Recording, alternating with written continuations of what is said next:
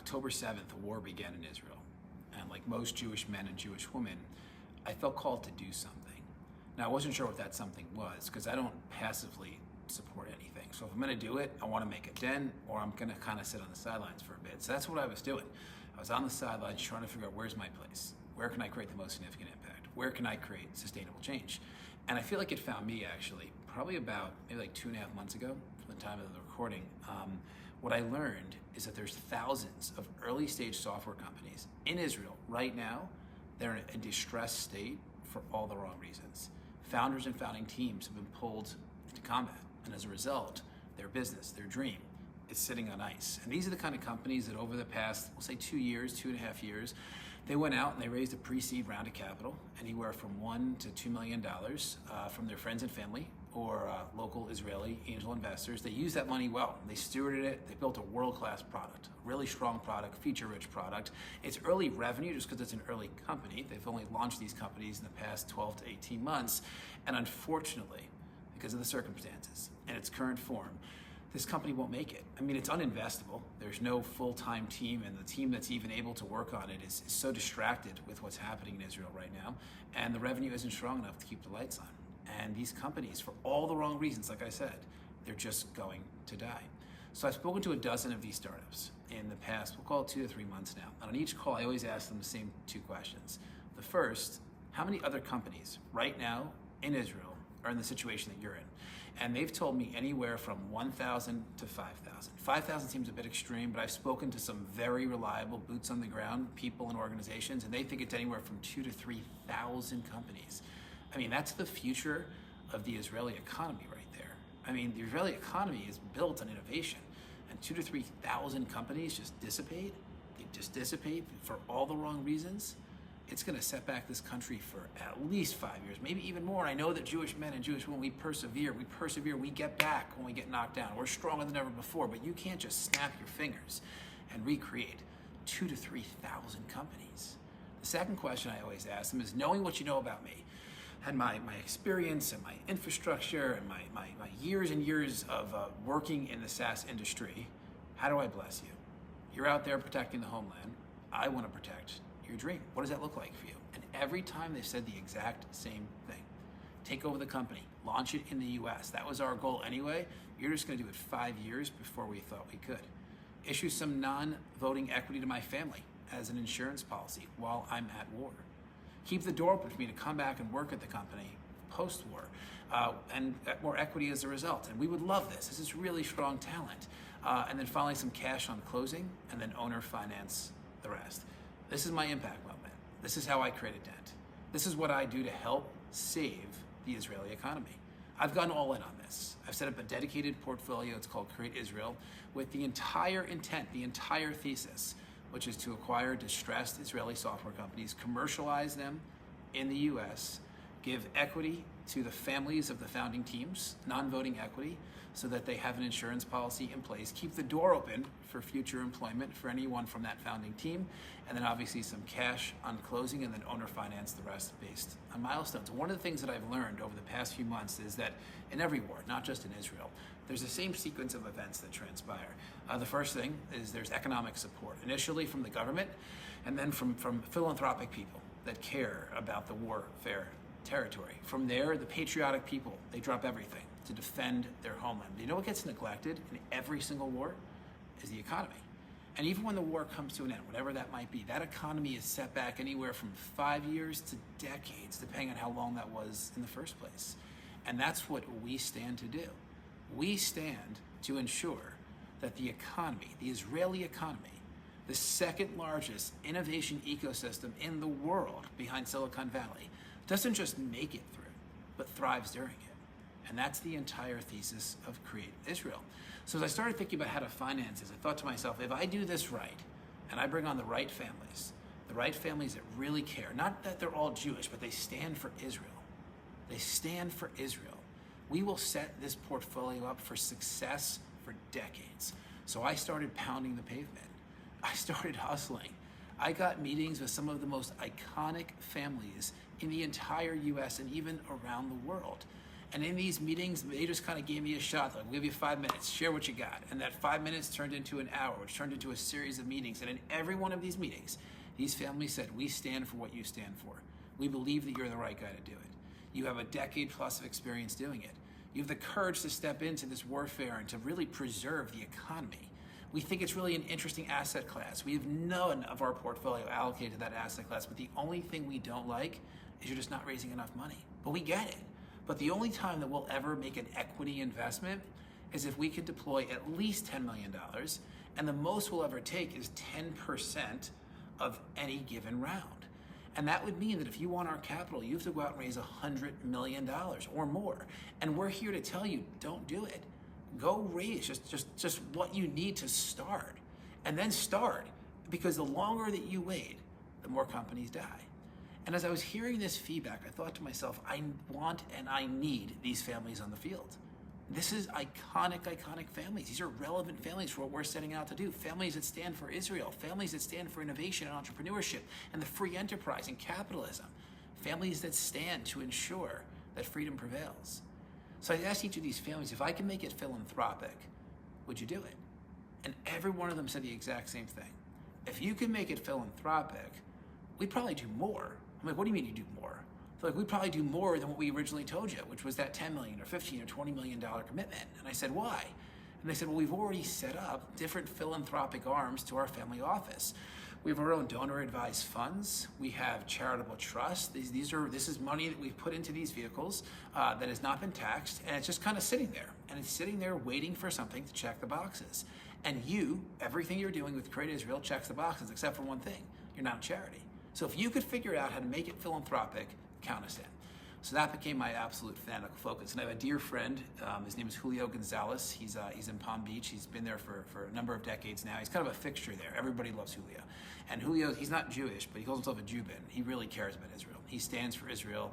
He is extremely active with Israeli bonds, and he's a very successful man. He has a wonderful family office that he's built. I mean, his man came from nothing, and everything he has self-created. And I'm on the board of his core business. And what Julio is kind of the tax strategist to the who's who. I mean, from presidential candidates to athletes to owners of sports teams, and as a member of his board, I've been very active in supporting kind of the next phase of his core business. But I called him a few weeks ago and I said, Julio, how do I make it philanthropic? And he said, I know exactly how. And he introduced me to this company. It's really remarkable. And what they do really selectively, like extensive diligence, is they partner with high impact for-profit businesses. And what they do is they launch a companion to that high impact for-profit business, which is a 501c3 public charity. And we got approved. This is a big deal. It's a big deal for Israel, and it's a big deal for other distressed countries and underprivileged and underrepresented communities. It's a big deal for philanthropy. I believe that what we're doing with this charity is the future of philanthropy, sustainable philanthropy.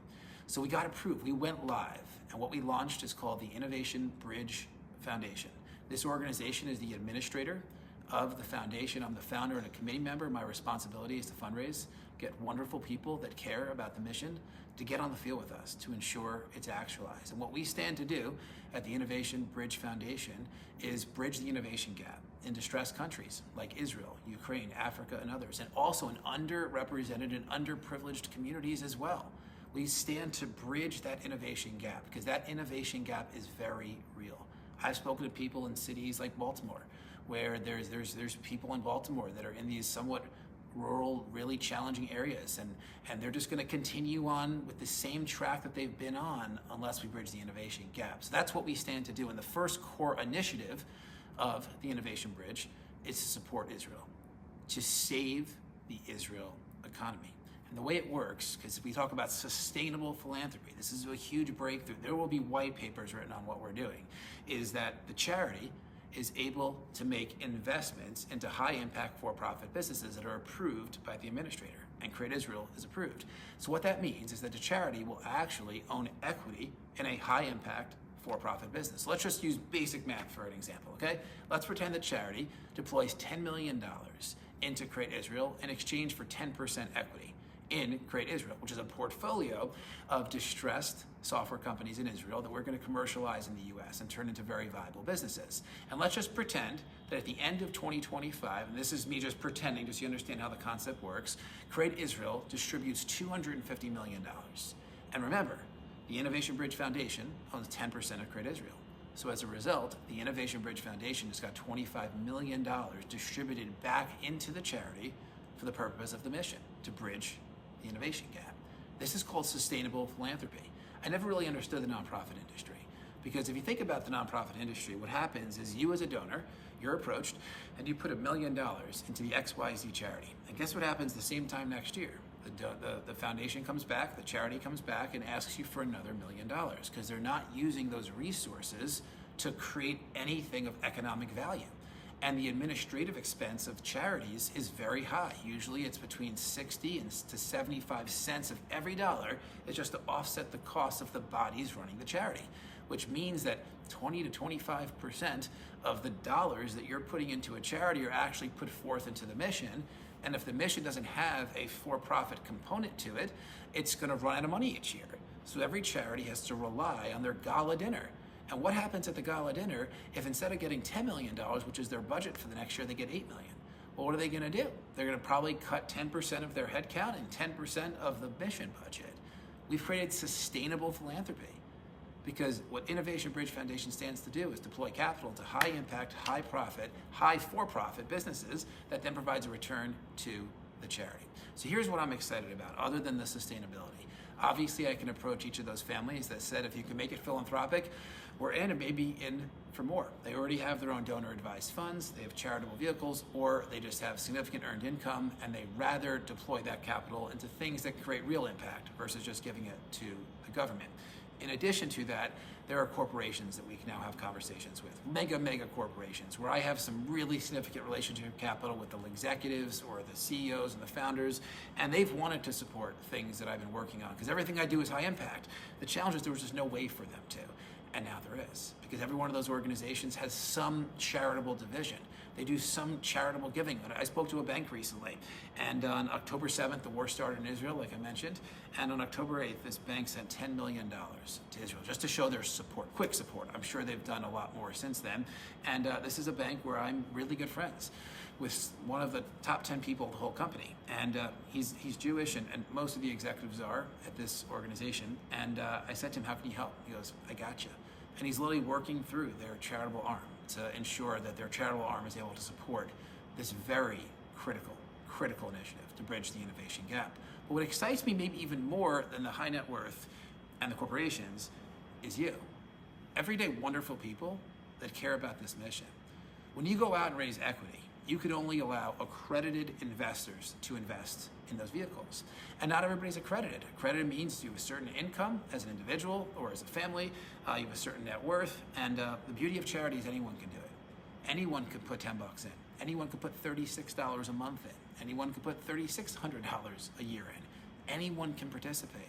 And I invite you to be anyone right now and to participate. I invite you to participate because we're bridging the innovation gap. Initially, our first core initiative is to save the economy of Israel. And I want to make sure this lands. That's not just the economy of Israel. The economy of Israel spills over into many other countries, including the United States of America. So it's really critical that we ensure that this economy thrives during this very critical time. So what we're doing is every one of our donors, whether you donate 10 bucks or you donate 150 million bucks or any number in between, you're going to become part of an exclusive community specific to the Innovation Bridge Foundation. This is an online community platform that we've built, and you're going to be inside of it, which allows you to gain access to each other, the change makers that are supporting this really critical cause. But in addition to that, you're going to have a chance to help.